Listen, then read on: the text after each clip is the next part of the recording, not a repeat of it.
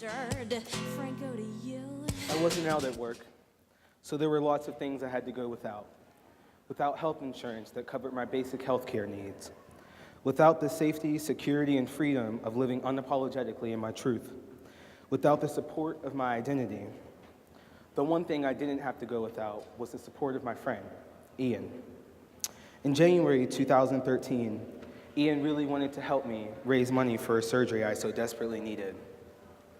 So he suggested I start an online fundraiser for me to have chest reconstruction surgery, which cost $6,100.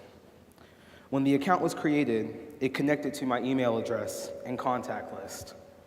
Within hours, emails about my trans identity and need for funds to pay for my medical care had been sent to almost 7,000 people who I had known for almost 25 years.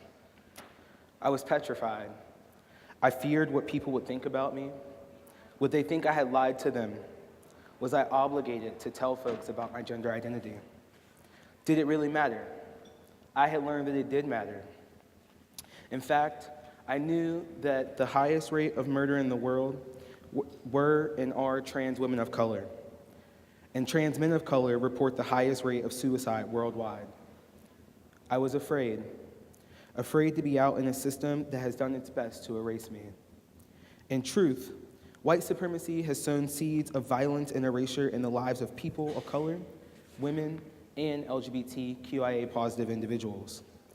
Policy and legislative platforms have intentionally neglected to protect and serve these same communities, as the individuals who craft these policies reap their harvest of privilege on the very backs of our maimed, exploited, and pillaged bodies.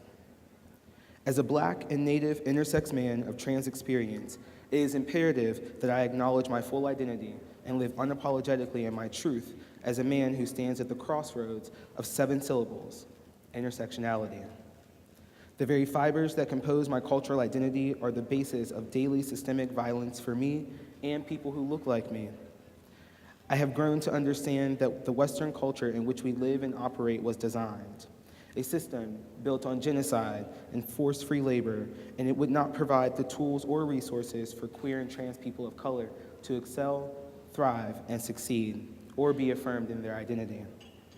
With that in mind, I chose to turn my struggle into providing tools and resources of healing and restoration that deliberately shift paradigms and design initiatives to build sustainable change for the inspiration of young people. Young people are our future healthcare providers, teachers, lawyers, guides, humanitarians, ministers, activists, and leaders. And it was with this vision that Garden of Peace Project was born, to uplift, uphold, and empower the narratives and lived experiences of all LGBTQIA positive individuals. When we were founded, our focus was advocacy and activism. It didn't take long for us to see the pain and trauma that had been inflicted throughout the community. 12. The average age a trans child is thrown away from their home. 30.6. The average age of the 12 trans women of color who were murdered in this country last year between June and December of 2014. 50. The percentage of trans folks who report having to teach their doctor how to treat them. Imagine going to the doctor with diabetes or high blood pressure and your doctor asking you what your treatment plan should be. For the first 2 years, Garden of Peace Project was self-funded. This is not sustainable, nor a long-term plan.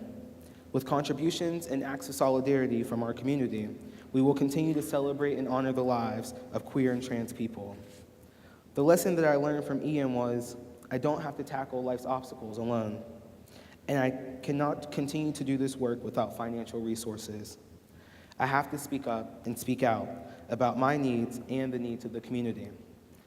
The way internalized white supremacy is set up, it looks like internalized shame, fear, and insecurity.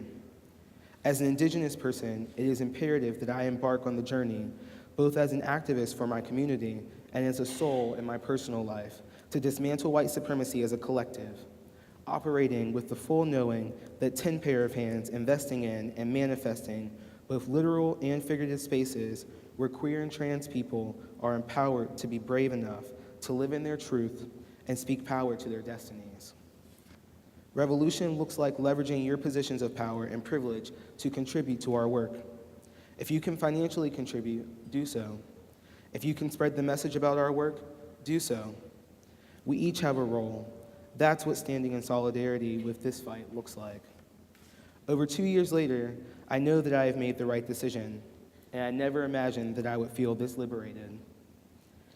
The decision to live as my full self means that I live each day organically, knowing that I am a majestic, holy, and royal king, with the capacity to speak truth to power and lay claim to what I chose as the calling for my life before I came here. Fighting for liberation is an evolution of self and the majesty of spirit. What does your liberation look like for you? Thank you.